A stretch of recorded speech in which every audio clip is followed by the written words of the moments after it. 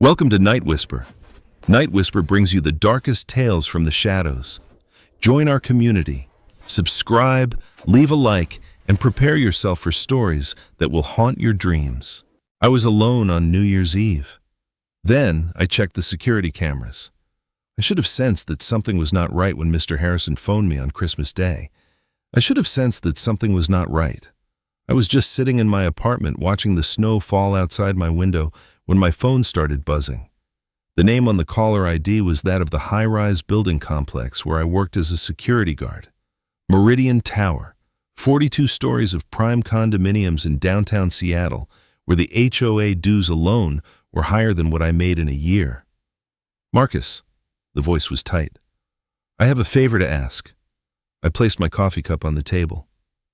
In all 3 years at the Meridian, Mr. Harrison had never contacted me outside of business hours. This was the type of building manager Mr. Harrison was. His work and personal lives were strictly separate. "What's going on?" I asked. "How would you feel about working New Year's Eve?" I looked around my empty apartment. Single guy, 32 years old, no family in the city. My big plans for New Year's involved a frozen pizza and whatever movie was on TV. "Yeah, I can do that," I said. "But isn't Rodriguez scheduled?" "Rodriguez quit yesterday, just walked out mid-shift." That stopped me cold. Rodriguez had worked security at the Meridian for 6 years. He was the guy who trained me when I started, reliable, steady, never missed a day. He quit? Why? Mr. Harrison was quiet for a moment. He said he didn't feel safe anymore. Something about the building feeling wrong. To be honest, Marcus, I think he was having personal issues. Maybe drinking. I'd seen Rodriguez 2 weeks ago. He'd seemed fine.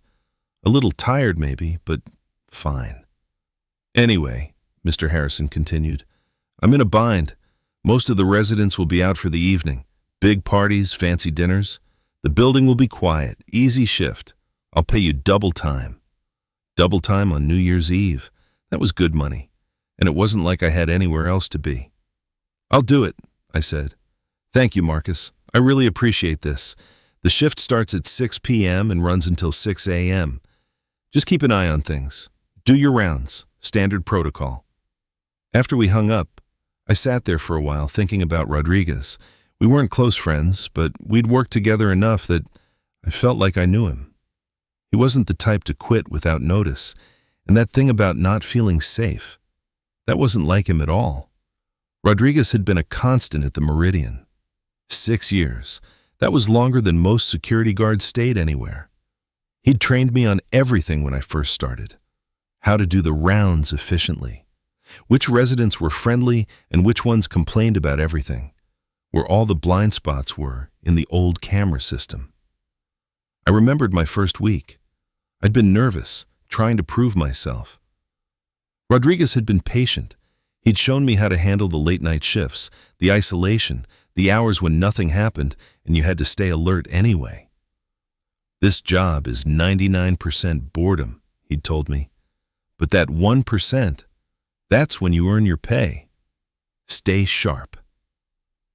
He'd seemed solid, reliable, the kind of guy who showed up on time, did his job, went home. He had a daughter in college. I knew that because he'd mentioned her sometimes during the overnight shifts, proud dad stuff.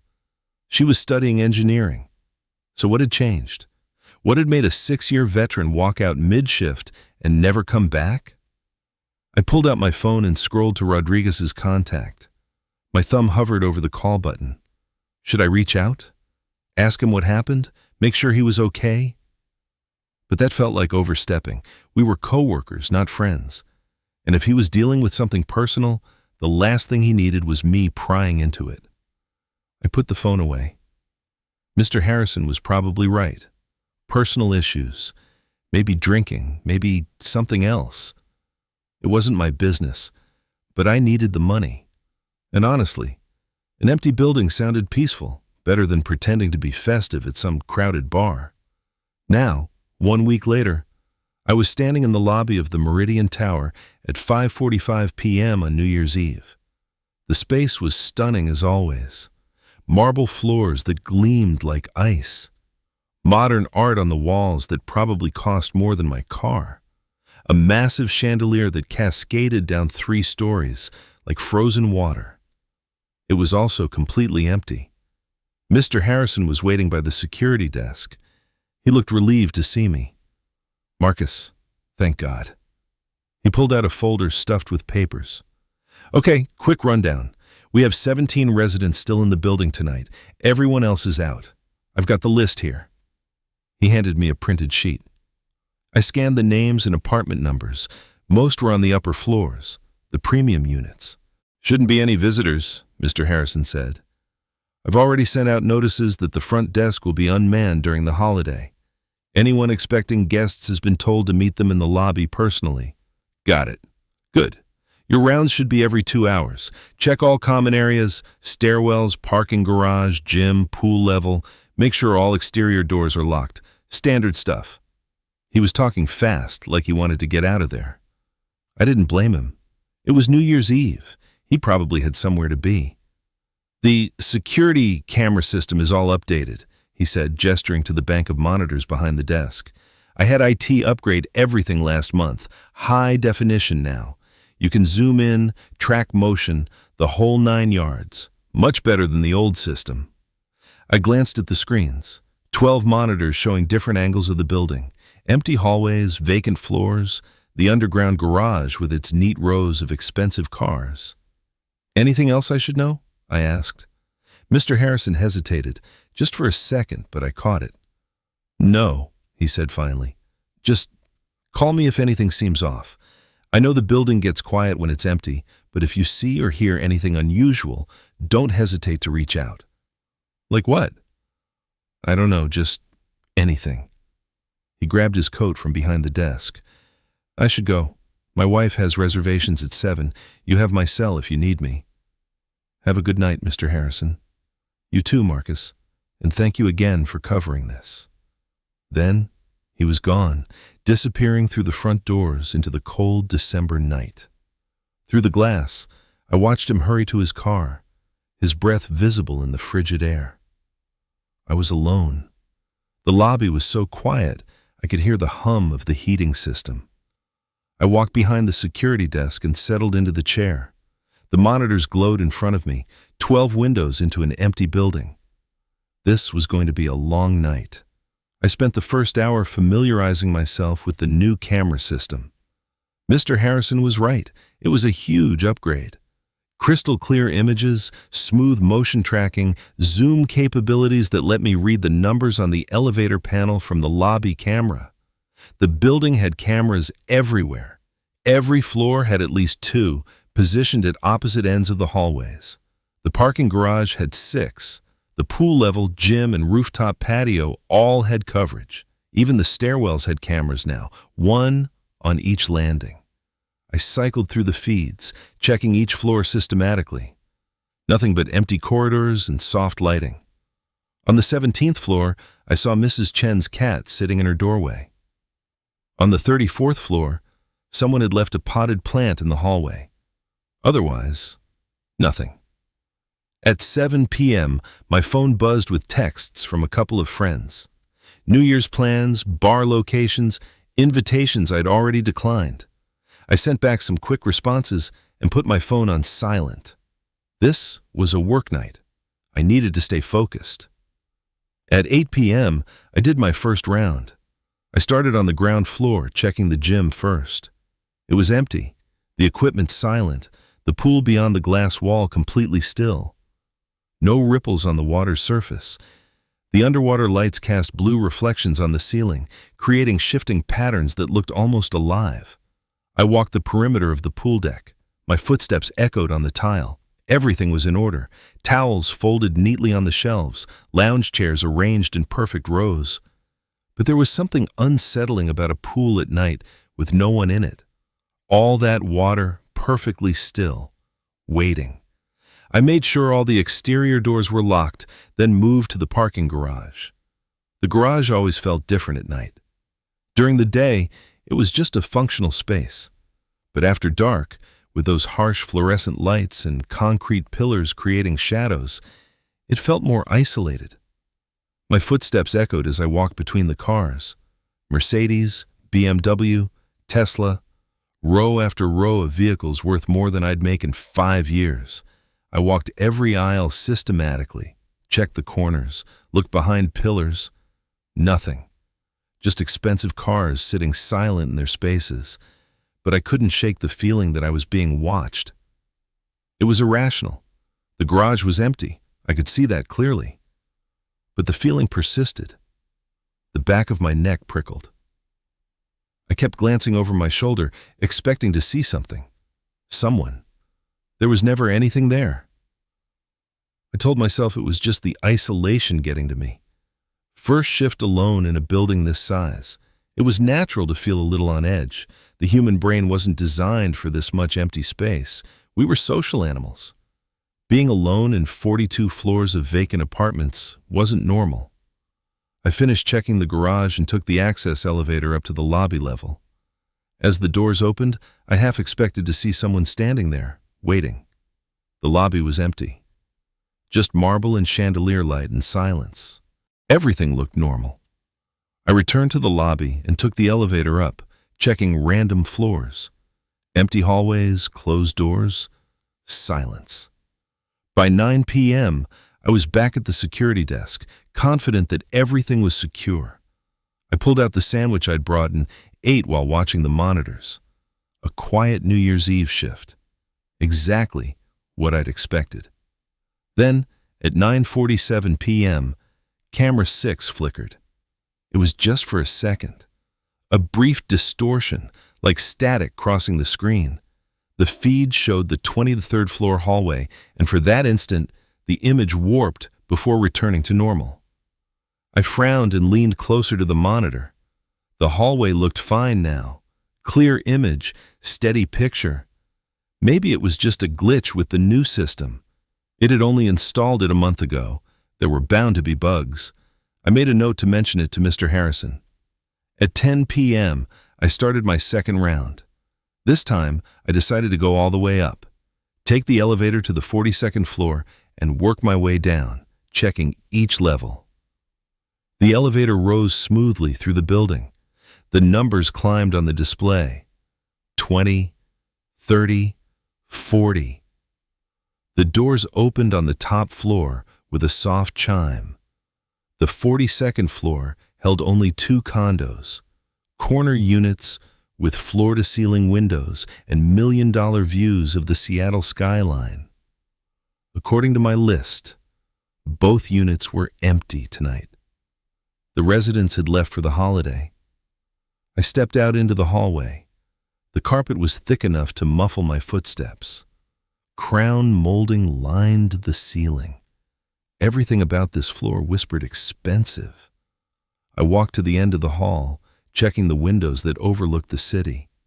Below me, Seattle sprawled in all directions, buildings lit up against the dark sky. In a few hours, fireworks would explode over the Space Needle. People would cheer and kiss and celebrate the new year. Up here, there was only silence. I stood at the window for a moment, looking down at the city. From this height, the people on the streets looked like ants. The cars were toys. Everything seemed distant and unreal, like I was separate from the world below, isolated in this tower. My breath fogged the glass. I stepped back and wiped it away with my sleeve. That's when I noticed something on the carpet, barely visible in the hallway's soft lighting, but there. Wet footprints, recent. Leading from the elevator to Unit 4202, I knelt down and touched one with my finger. Damp. Water, maybe? Or melted snow. Someone had walked this hallway within the last few minutes, while I was in the elevator coming up. My radio crackled with static. I jumped, my heart leaping into my throat. But it was just interference, nothing more. I stood up slowly, following the wet footprints with my eyes. They stopped at the door to 4202. The door that, according to my list, should be empty. The door that belonged to Sarah Mitchell, who was supposed to be in California visiting family. I turned to head back to the elevator when I heard it. A door closing. Soft, but distinct.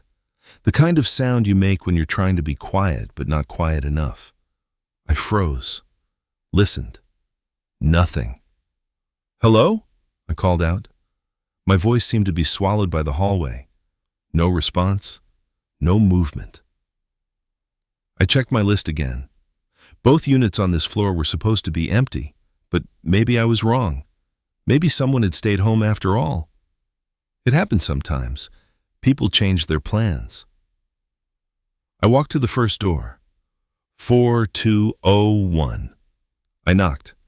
"Security, just checking in." No answer. I tried the second door. 4202. Same result. I stood there for a moment, uncertain. I definitely heard a door close. The sound had been too clear, too specific. But both units seemed empty. I pulled out my radio and called down to the security desk. Of course, there was no one there to answer. I was the only security on duty. Still, speaking into the radio made me feel better. Checking 42nd floor. Possible resident in 4201 or 4202. Will monitor. My voice echoed in the empty hallway. I took the stairs down to 41, checked that floor, then continued descending. Each level looked the same. Empty hallways, closed doors, silence. By the time I reached the lobby, it was 10:35. I settled back behind the security desk and immediately checked the monitors. I rewound the footage from camera 12, which covered the 42nd floor hallway. The timestamp showed 9:58 p.m., right around when I would have been in the elevator heading up. I watched myself step out of the elevator at 10 p.m., watched myself walk down the hallway, check the windows, turn back. Then I saw it. At 9:59 p.m., 1 minute before I arrived, the door to Unit 4202 had opened slightly, just a crack. I couldn't see anyone, but the door had definitely moved. Then, at exactly 10 p.m., right as the elevator chimed my arrival, the door had closed again. Someone was in that unit. I grabbed my phone and pulled up Mr. Harrison's contact. My finger hovered over the call button. But what would I say? That I saw a door open? That someone might be in their own apartment? Maybe the resident had changed their plans and decided to stay home. It happened. People got tired, canceled reservations, decided a quiet night was better than crowds and noise. It wasn't my job to question why someone was in their own home, but that door had opened right before I arrived and closed right when I stepped off the elevator, like whoever was inside had been watching the hallway, waiting. I looked at my list again. Unit 4202 was registered to Sarah Mitchell, single occupant, 28 years old, worked in tech. According to the notes Mr. Harrison had given me, Ms. Mitchell had submitted a notification last week that she'd be out of town for the holidays, visiting family in California.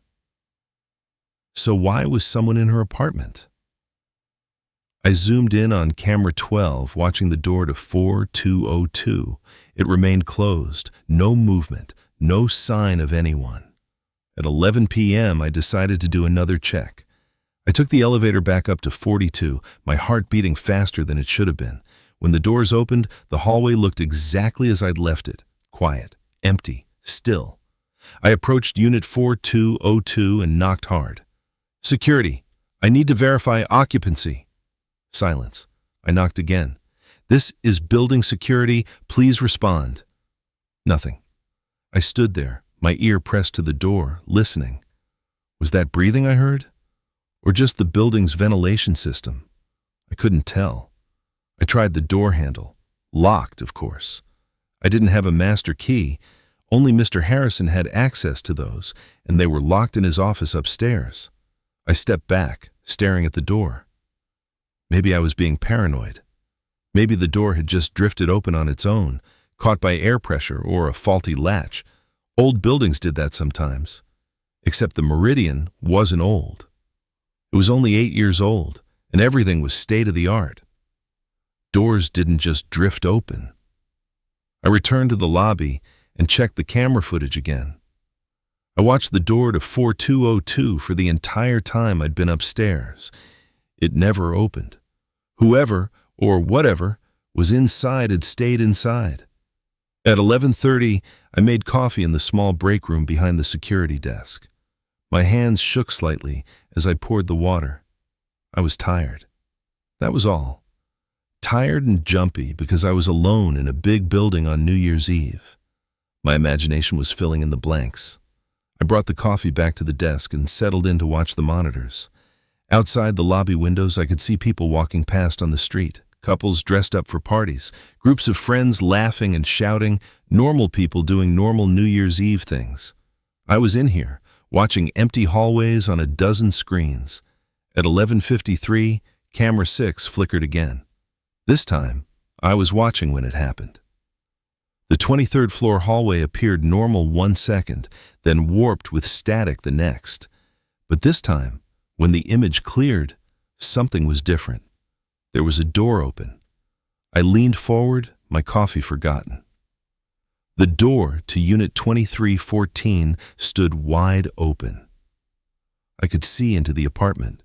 Darkness inside, no lights on. The door was just open. I checked my list with shaking hands. Unit 2314, registered to David Park, empty for the holiday. I zoomed the camera in, trying to see into the apartment. The angle wasn't quite right. I could only see a slice of the interior. A portion of the living room, maybe, the edge of a couch, but no people, no movement. The door just stood open, like an invitation. I grabbed my radio again. Security to lobby. Possible intrusion on 23 investigating. I took the elevator up, my heart hammering. The building suddenly felt too big, too empty, too many floors, too many hallways, too many places for someone to hide. The elevator climbed. 15, 18, 21. At 23, the doors opened. The hallway was dark. Motion sensor lights should have clicked on automatically, but they didn't. I fumbled for the light switch on the wall and flipped it. Fluorescent lights buzzed to life overhead. Unit 2314 was at the far end of the hall. The door stood open, exactly as I'd seen on the camera. Dark inside, silent. I pulled out my flashlight and approached slowly. Every instinct told me to turn around, go back to the lobby, call the police. But I was security. This was my job. Check the apartments, make sure everything is secure. Hello? Security? Is anyone in there? My voice seemed to disappear into the apartment, swallowed by the darkness inside. I reached the doorway and shined my flashlight inside. The beam cut through the shadows, illuminating an expensive living room. Leather couch, modern art on the walls, floor-to-ceiling windows with a view of the city. Everything looked normal, neat, undisturbed, except the door was open when it should have been locked. I stepped inside, my flashlight sweeping the space. Nothing in the living room. I moved to the kitchen, empty. Checked the bedroom, untouched, bed made. The bathroom was clean, towels folded perfectly. No sign of anyone. I returned to the living room and examined the door. No damage to the lock, no scratches or marks. It looked like someone had simply opened it with a key and walked away. But who? And why? I closed the door firmly, making sure it latched, then tested the handle. Locked. I marked Unit 2314 on my list and headed back to the elevator. As I waited for the doors to open, I looked back down the hallway. All the doors were closed now. The lights hummed overhead. Everything looked normal, but I couldn't shake the feeling that I was being watched. Back in the lobby, I checked the timestamp on camera 6. The door to 2314 had opened at 11:49, 4 minutes before I'd noticed it. I rewound the footage to that exact moment and watched carefully. 11:48. The hallway was empty, all doors closed. 11:49. The door to 2314 began to open, slowly, like someone was being careful. I paused the footage and zoomed in. The angle showed the door from down the hall, not straight on. I couldn't see who or what had opened it. The door just swung inward, revealing darkness beyond. Then it stopped, wide open, and stayed that way until I arrived 4 minutes later. I let the footage play forward and watched myself approach the door. Watched myself enter the apartment with my flashlight.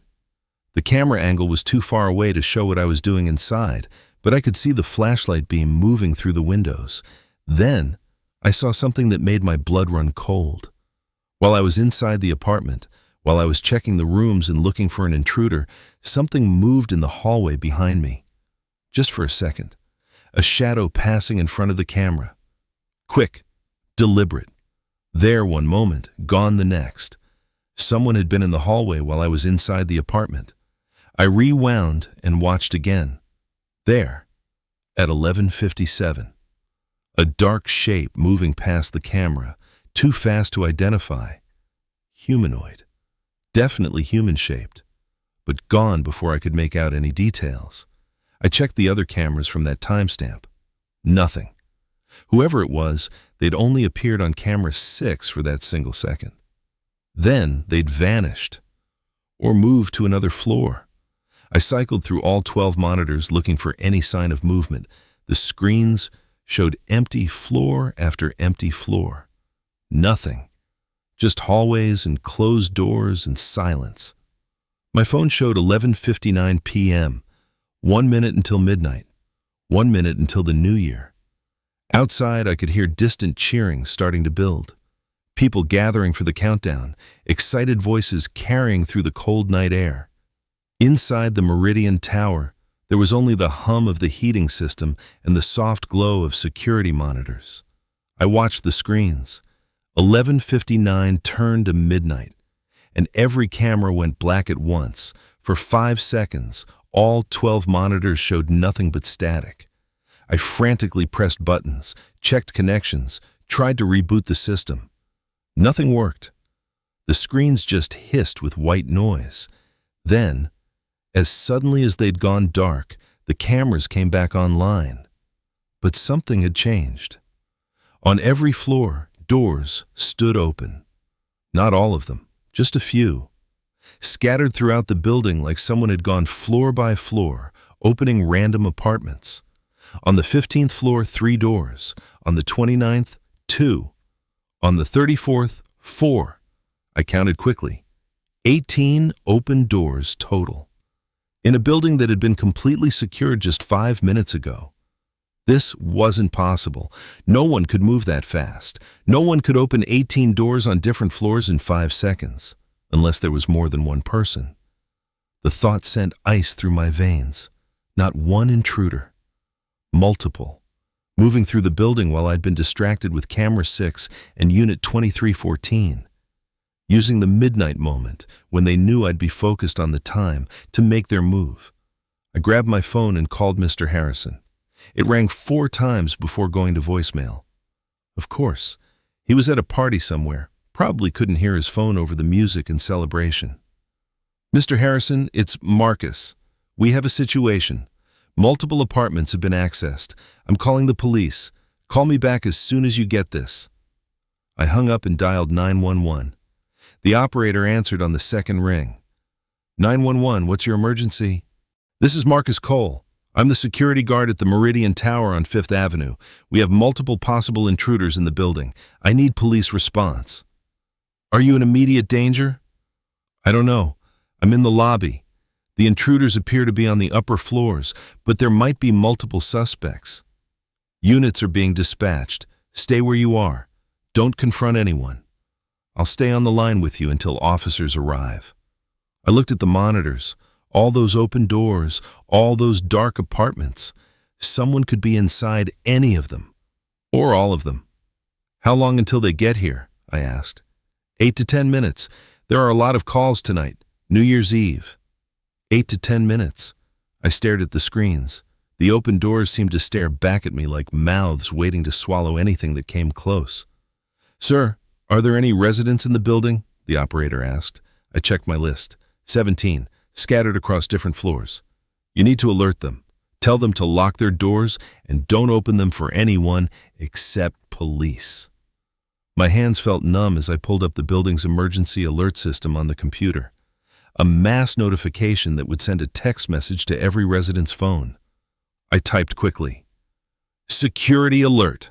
Possible intruders in building. Police have been called. Lock your doors. Do not open for anyone except uniformed police officers. Stay in your units. I hit send and watched the confirmation that the message had been delivered to 17 numbers. On the monitors, nothing moved. The open doors remained open.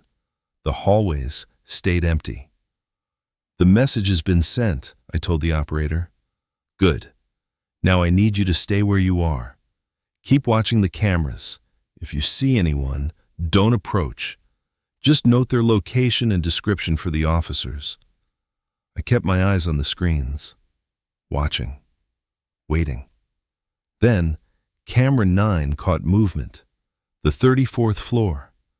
A figure stepped out of one of the open apartments, tall, wearing dark clothes. From this angle, I couldn't see their face.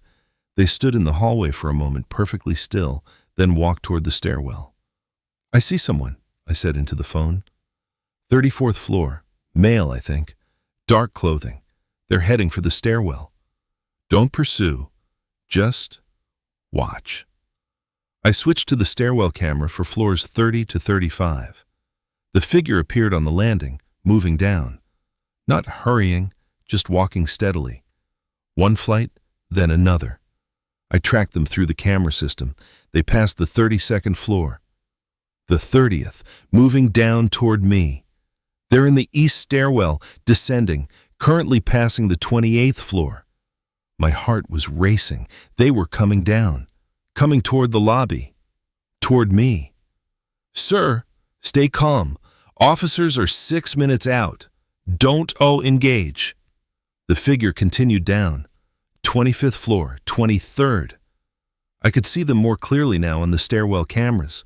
Definitely male. Average height, maybe 5, 10, or 11. Dark jacket, dark pants, gloves on their hands, and something in their right hand, something long and dark that they carried casually, like a walking stick. 21st floor? 19th. I looked around the lobby. The front doors were glass. Anyone could see me sitting here. The security desk offered no real protection. It was just a desk. The only weapon I had was my flashlight and my radio. 17th floor. 15th. They're still coming down, I said. My voice had gone tight. Almost to the lobby level. Police are 4 minutes away. Stay on the line. The figure reached the 10th floor. The 9th, the 8th. I stood up from the desk, my legs trembling. Should I run, hide, lock myself in the break room? But the operator had said to watch, to track them for the police. 7th floor, 6th, 5th. Then they stopped. On the camera for the 4th floor landing, the figure stood perfectly still. They tilted their head up, looking directly at the camera. For the first time, I could see their face. It was covered by a mask. Not a ski mask or balaclava. Something else. White, smooth, featureless, like a mannequin's face. We stared at each other through the camera. Me in the lobby, them on the stairwell, connected by technology but separated by floors and walls. Then they raised their hand, the one holding the long, dark object. They pointed it at the camera. It was a crowbar. The camera went black. They broke the camera, I said. My voice came out as barely a whisper. 4th floor stairwell, there. Movement at the edge of my vision. I turned. The figure stood in the lobby. They'd come down the rest of the stairs without the cameras tracking them, emerged from the stairwell door that opened near the elevator bank. They stood there now, 30 feet away, holding the crowbar loosely at their side. They're in the lobby, I told the operator. They're right here. Sir, don't engage. Officers are 3 minutes away. The figure took a step forward, then another, walking toward the security desk, toward me. The mask caught the light from the chandelier, making it glow white and terrible. I backed away from the desk, keeping the furniture between us. Stop. Police are on their way. You need to leave. Now. They didn't stop, didn't speak, just kept walking, steady, calm, like they had all the time in the world. I grabbed my flashlight and held it like a club. "I'm warning you, stop!" The figure paused, tilted their head, considering me. Then they raised the crowbar and slammed it down on the security desk. The sound was enormous in the quiet lobby. The computer monitor shattered. Glass and plastic exploded across the desk. Sparks flickered from the broken screen. I ran. I didn't think, just moved. Straight for the front doors, for the street, for anywhere that wasn't trapped in this lobby with that thing. My feet slipped on the marble floor. I caught myself on a decorative pillar, kept running. Behind me, footsteps. Fast now. Coming after me. I hit the front doors and pushed. They didn't budge. Locked. Of course they were locked. It was after midnight. The building was on security mode. The doors only opened with a key card from the inside. I spun around. The figure was 15 feet away, walking toward me. Crowbar raised. "The doors are locked," the operator's voice crackled from my phone. "The police!" I threw the phone, not at the figure, at the lobby windows. The phone hit the glass and bounced off. The window didn't even crack. Reinforced glass, safety glass, the kind that didn't break. The figure was 10 feet away. I ran left, toward the hallway that led to the building's amenities. The gym, the pool, the meeting rooms. Maybe I could barricade myself in one of those. Buy time until the police arrived. The hallway was dark. The motion sensors should have triggered the lights, but nothing happened. I fumbled along the wall, my hands finding the light switch. I flipped it desperately. Nothing. The power was out in this section. Behind me, the figure's footsteps echoed in the lobby. They'd stopped chasing. They were just following now. Steady, patient. They knew I had nowhere to go. I felt my way down the dark hallway, my flashlight beam bouncing off walls and doors. The gym door, locked. The pool room, locked. Everything required a keycard after hours, and mine only worked for the lobby and stairwells. At the end of the hallway, a door marked maintenance. I tried the handle. It turned. I slipped inside and closed the door as quietly as I could. The space was cramped, smelling of cleaning chemicals and concrete. Shelves lined the walls, stocked with supplies, mops, buckets, bottles of cleaner. A utility sink in the corner. No other exit.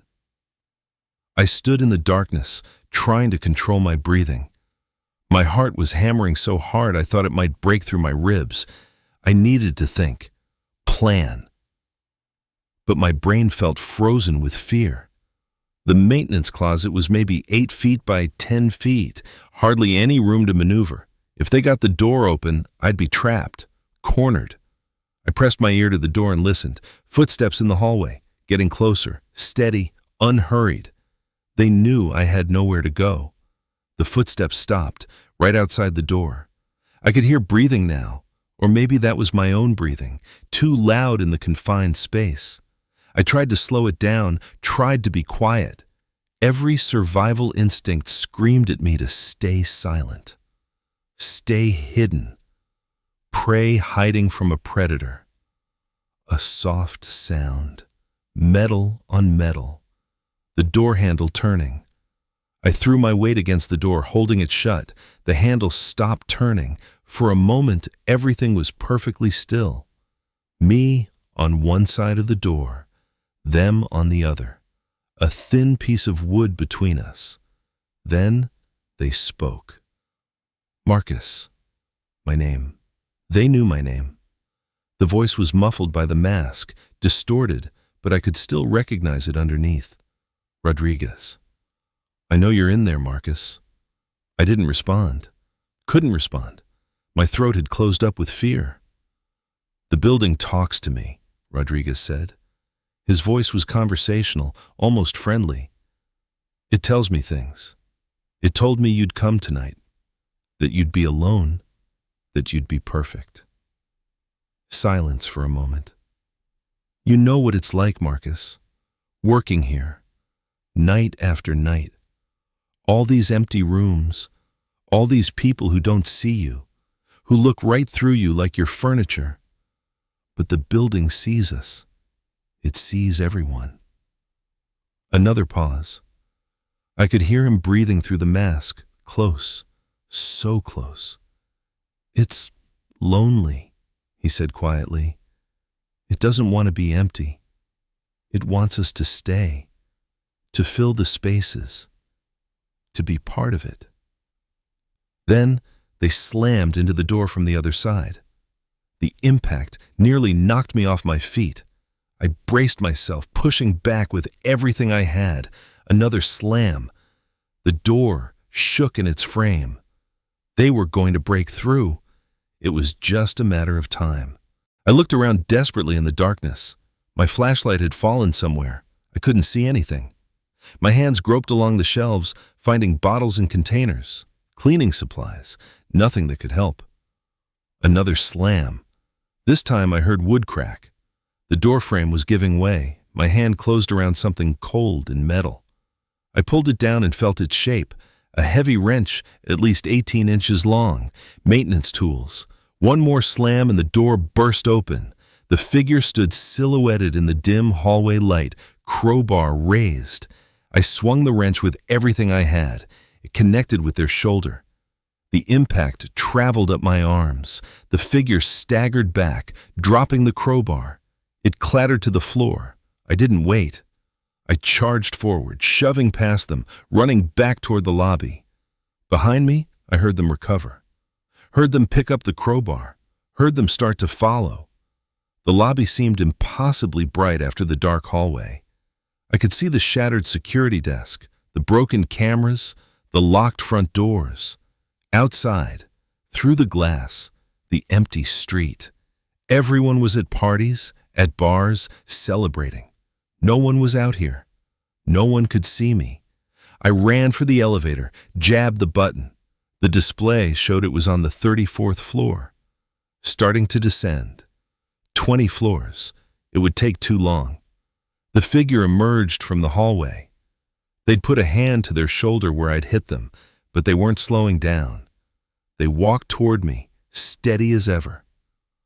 I ran for the stairwell, the same one they'd used. The door closed behind me, and I started climbing. Up, away from the lobby, away from the locked front doors. Maybe one of the upper floors had a resident who'd help. Maybe I could find somewhere safer to hide. I climbed 3 floors before I heard the stairwell door open below me. They were in the stairs, following. I pushed harder, my legs burning. 5th floor, 6th, 7th. I didn't know where I was going. I just knew I had to keep moving. At the 10th floor, I stopped to listen. Below me, steady footsteps. They weren't rushing. They didn't need to. They knew I'd run out of stairs eventually. I opened the 10th floor door and stepped into the hallway. Maybe I could break a window, signal for help. Maybe someone would see. The hallway was identical to all the others. Soft carpet, crown molding, expensive doors. Camera mounted at the far end, its red light dark. Broken, like all the others. I ran to the windows at the end of the hall. Through the glass, I could see the city spreading out below, lights everywhere, buildings and streets and people living their normal New Year's Eve lives. I slammed my fist against the window. "Help! Somebody help me!" The glass didn't even tremble. Triple pane, insulated, soundproof. My voice disappeared into the material. Behind me, the stairwell door opened. I turned. The figure stood in the hallway, blocking the only exit. They tilted their head, that terrible blank mask catching the light. Then they started walking toward me. I was trapped. Nowhere to run, nowhere to hide. Just a long hallway and windows I couldn't break. The figure raised the crowbar. I raised the wrench. "Come on, then," I said. My voice shook, but I didn't care. "Come on." They took another step forward. Then every light in the building went out. Complete darkness. So sudden and total, it was disorienting. I couldn't see the figure, couldn't see the hallway, couldn't see my own hands in front of my face. Emergency lights should have kicked in. Battery backups for situations exactly like this, but nothing. just pure black. I heard breathing. Close, too close. They were right in front of me now. In the darkness, I swung the wrench blindly. It hit nothing but air. Hands grabbed my jacket, strong hands. They shoved me backward. I stumbled, fell, hit the carpet hard. The wrench clattered away into the darkness. I scrambled backward on my hands and knees, blind and panicked. Felt the wall behind me. Used it to pull myself up, pressed against it, breathing in the darkness. Somewhere close, moving. Then, light, sudden and blinding. Flashlights, multiple flashlights cutting through the darkness. Seattle police, don't move! Voices, running footsteps. The hallway flooded with light as officers swept in from the stairwell. I raised my hands, squinting against the brightness.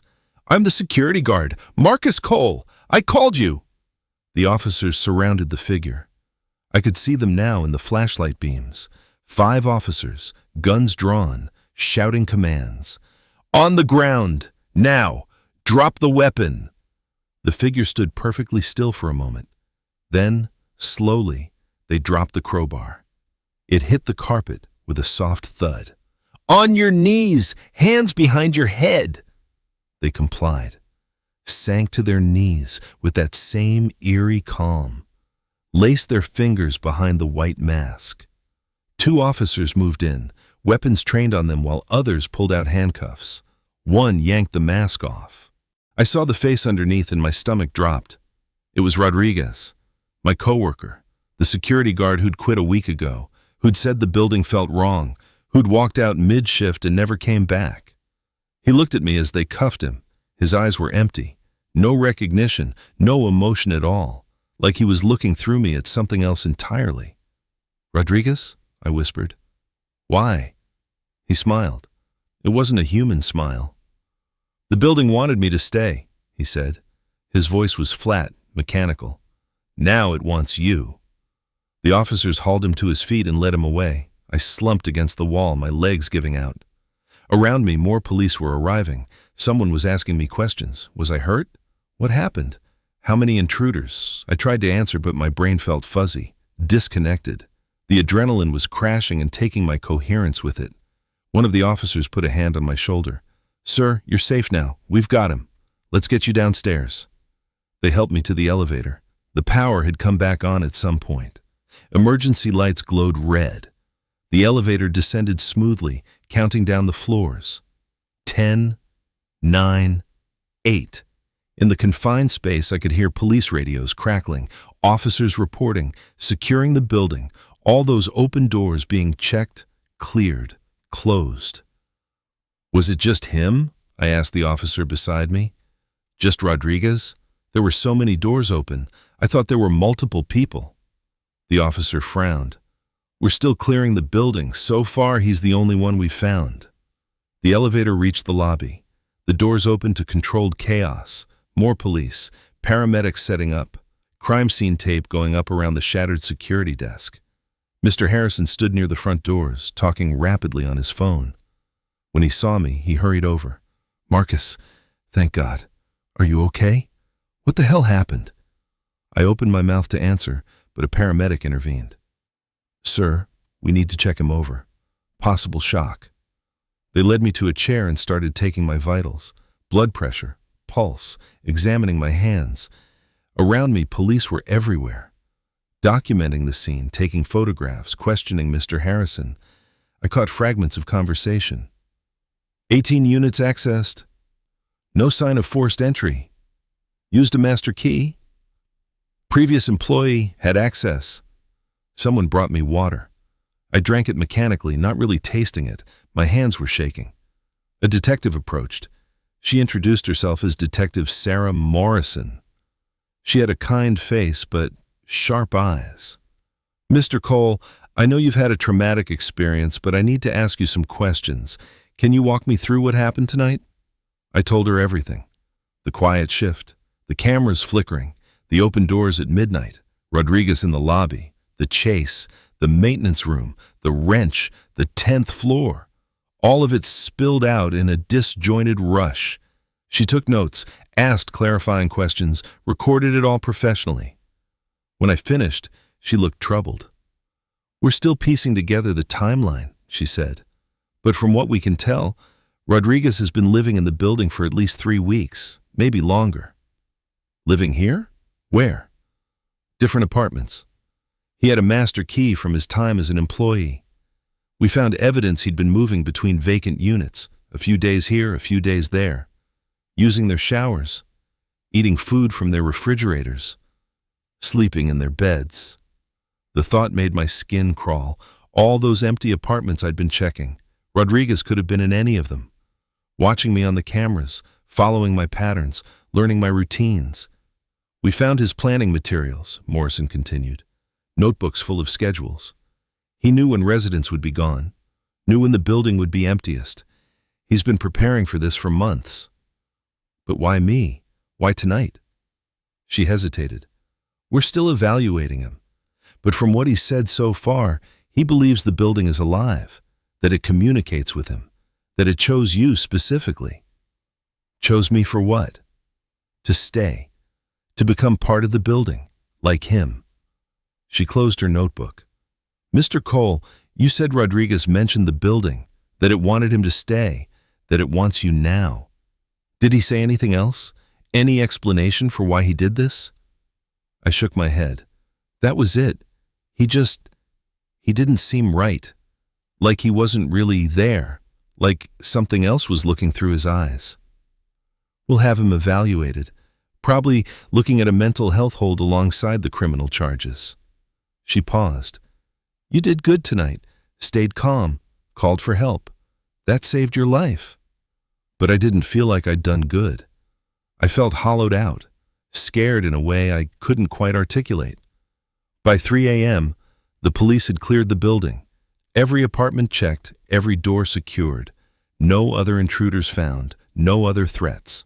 They'd found Rodriguez's entry point, a service entrance on the basement level that he'd left unlocked during his last shift. He'd been living in the building somewhere, they thought, using empty apartments, moving floor to floor, waiting for the right moment, New Year's Eve, when he knew someone would be alone, when he knew backup would take longer because of all the holiday calls. Mr. Harrison sent me home with full pay and orders not to come back until I was ready. The building would hire additional security, install more cameras, change the locks. I drove through the empty pre-dawn streets of Seattle, my hands still shaking on the steering wheel. The city was quiet now. The party's over, the celebration's done.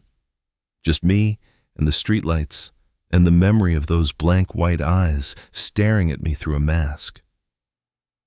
When I got home, I called my mom. It was 4 a.m, but I needed to hear her voice. She answered sleepily, immediately worried. "Marcus? Honey, what's wrong?" "Nothing, Mom. I wanted to wish you Happy New Year." We talked for 20 minutes, about nothing, about everything. She told me about the dinner she'd had, the friends who'd visited, normal, mundane things that felt like an anchor to reality. When we hung up, I sat in my apartment and watched the sun rise over Seattle. The sky went from black to deep blue to pink and gold. A new year, a new day. My phone buzzed. A text from Mr. Harrison. "Rodriguez in custody. Building is secure. Take all the time you need.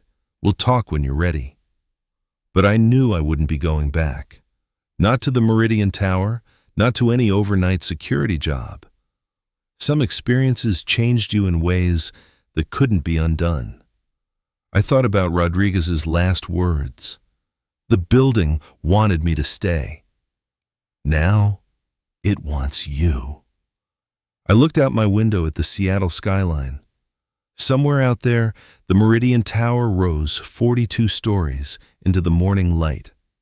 Empty apartments and quiet hallways, security cameras and locked doors, and maybe, just maybe, something else. Something that didn't want to be empty. Something that wanted people to stay. I closed my blinds and didn't look at it again. 3 weeks later, I got a call from Detective Morrison. They'd had Rodriguez evaluated. Multiple psychiatrists had examined him. The diagnosis was consistent: severe psychotic break, delusions, hallucinations. He'd been experiencing them for months, apparently. Getting worse. The building became the focus of his delusions. He'd become convinced it was alive, that it was talking to him, that it needed someone to stay with it. We found his apartment, Morrison told me. He'd covered every wall with notes, diagrams of the building, security schedules, floor plans. He'd been planning this for a long time. What'll happen to him? Psychiatric facility. Probably for a long time. He's not fit to stand trial in his current state. She paused. Mr. Cole, the building manager mentioned you resigned. I don't blame you. But I wanted you to know, this was one sick individual. Nothing supernatural, nothing mysterious. Just mental illness and obsession. I thanked her and hung up. She was right, of course. Mental illness explained everything. The planning, the stalking, the delusions. Rodriguez had been unwell, and his illness had manifested in a terrifying way. But I couldn't get his words out of my head. The building talks to me. It tells me things. It doesn't want to be empty.